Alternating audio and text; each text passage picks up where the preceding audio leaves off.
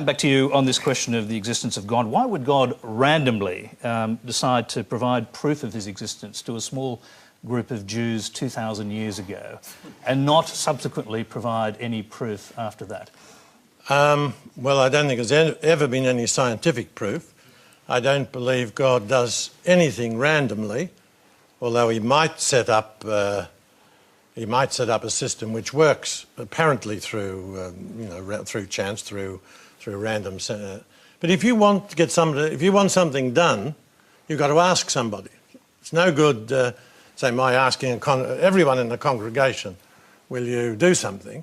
Normally you go to a busy person because you know they'll do it.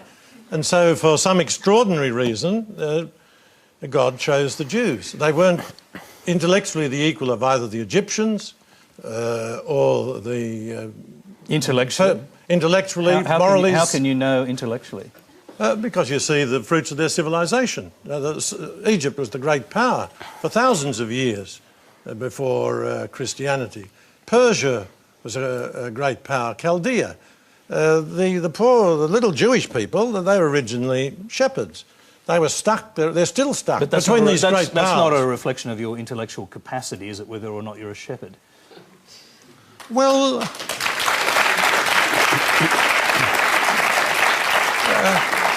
no, it's not, but it's a recognition, it is a reflection of your intellectual development. But like many, many people are very, very clever and not highly intellectual. But my point is that... Can I just interrupt? Are you including Jesus in that, who obviously was Jewish and was of that community? Exactly. So intellectually not up to it? Oh.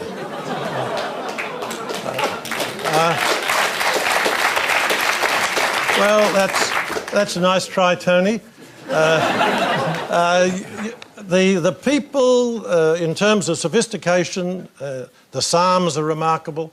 In terms of their buildings and that sort of thing, they don't compare with the great powers.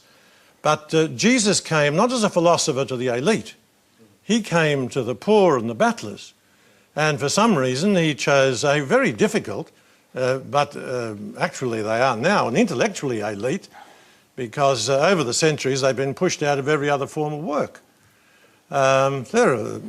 Jesus, I think, is the greatest, the Son of God, but leaving that aside, the greatest man that ever lived. So I've got a great admiration for the Jews, but we don't need to exaggerate their contribution in their early days. All right, you're watching Q&A. Remember, you can send... Now, we believe that the first humans developed in South Africa. I'm not quite sure how long ago, and that all humans have developed from that. We know most about that. There aren't remains. We know most about that because of the drawings they left on walls and caves and that sort of thing. No such thing from Neanderthals. So we can't say exactly when there was a first human, but we have to say if there are humans, there must have been a first one. There might have been equal first, but if there is a progression, there's got to be first. So are you talking about a kind of Garden of Eden scenario with an actual Adam and Eve? Well, what Adam and Eve are terms, what do they mean? Life and earth. It's like every man. That's a beautiful, sophisticated, mythological account. It's not science, but it's there to tell us two or three things. First of all, that God created the world and the universe. Secondly, that the key to the whole of the universe, the really significant thing, are humans. And thirdly, it's a very sophisticated mythology to try to explain the evil and the suffering of the world. But it isn't a literal truth. You shouldn't see it in any way as being an historical or literal truth.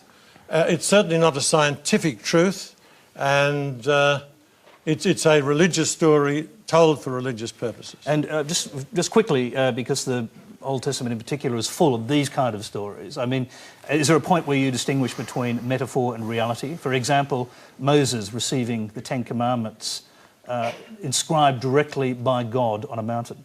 I'm not sure that the Old Testament says that God inscribed the Ten Commandments, but leaving that aside, it's difficult to know how exactly that worked, but Moses was a great man. There was a great encounter with the divine. Actually, with Moses, we get the key that enables us to come together with the Greeks with reason, because Moses said, "Who will I tell the Egyptians?" And he said, "Tell that my name is I am who I am." Okay, I'm going to bring Richard Dawkins back in here, because we've moved from evolution, obviously, to the biblical versions of it. Your response?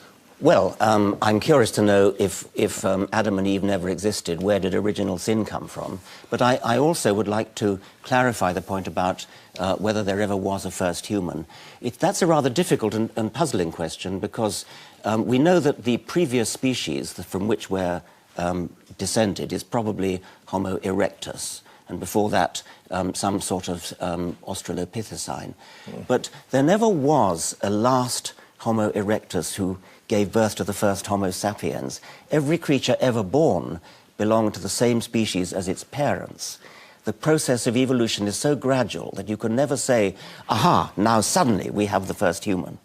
It was always a case of just a slightly different from the previous generation. That's a scientific point, which I think is quite interesting. I'm not sure if it has theological significance, except that I think successive popes have tried to suggest that the soul did indeed get added, rather like gin to tonic, at some particular point during evolution. At some point in evolution, there was no soul, and then later there was one. So it is quite an interesting question to ask. Now we have rather a good fossil record from Africa of the descent of humans, from Australopithecines to various species of Homo, perhaps Homo habilis, perhaps Homo erectus, then archaic Homo sapiens, and then modern Homo sapiens. At what point did the soul get injected? And what does the idea of original sin mean if Adam and Eve never existed? I'll just quickly let you respond to that. Yeah, well, I mean, God wasn't running around giving injections. And if there is no first person, where did the soul come from then? The soul is a principle of life. But there are animal souls. All living things have some principle of life. An animal has a principle of life. A human has a soul, a principle of life, which is immensely more sophisticated. We even have a voice box, which is one of the great miracles, so that we can communicate our thoughts to one another rather than just grunting. I'm pleased we're not grunting tonight. Let's move along. My question is for George Pell. George, as a climate change skeptic, you demand a very high standard of evidence to support the hypothesis that global warming has an anthropogenic cause. My question is, why then do you not demand the same standard of evidence for the existence of God? George Pell.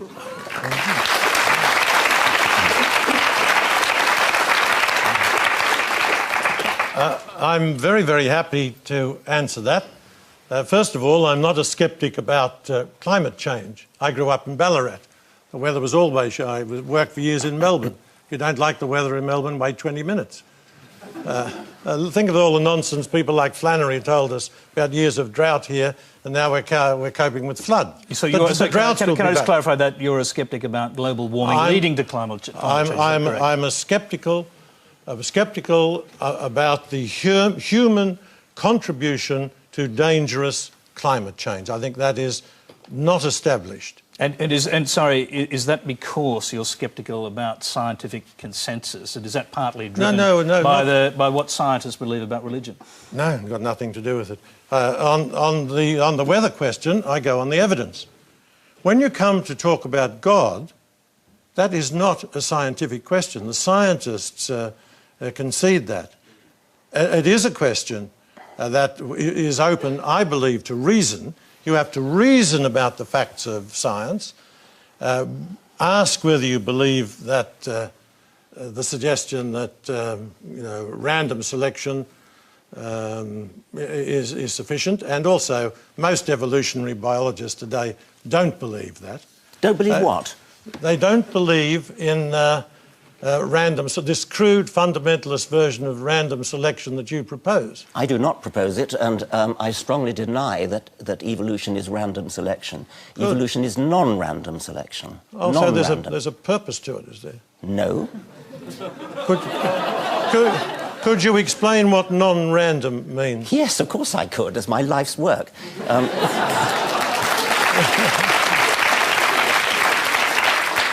It's a hard thing to say, but keep it brief.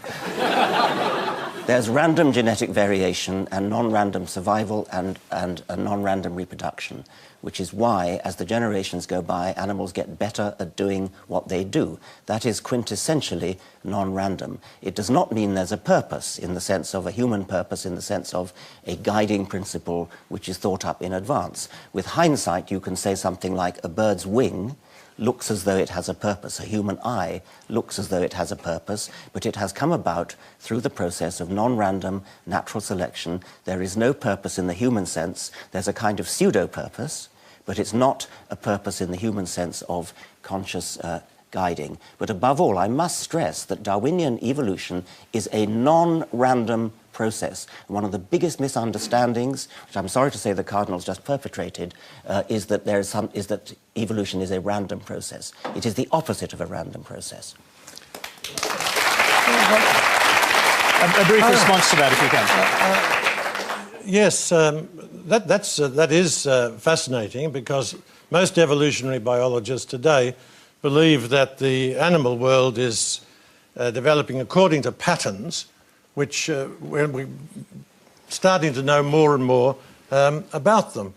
And are you referring to intelligent design? no, I'm not. I'm leaving that right to one side. Do you believe in intelligent design? I believe that there's an intelligent designer? I believe God is intelligent. No, but how we work... It's obviously a loaded question, but do you believe in intelligent design and an intelligent designer? It all depends what you mean. I believe God created the world.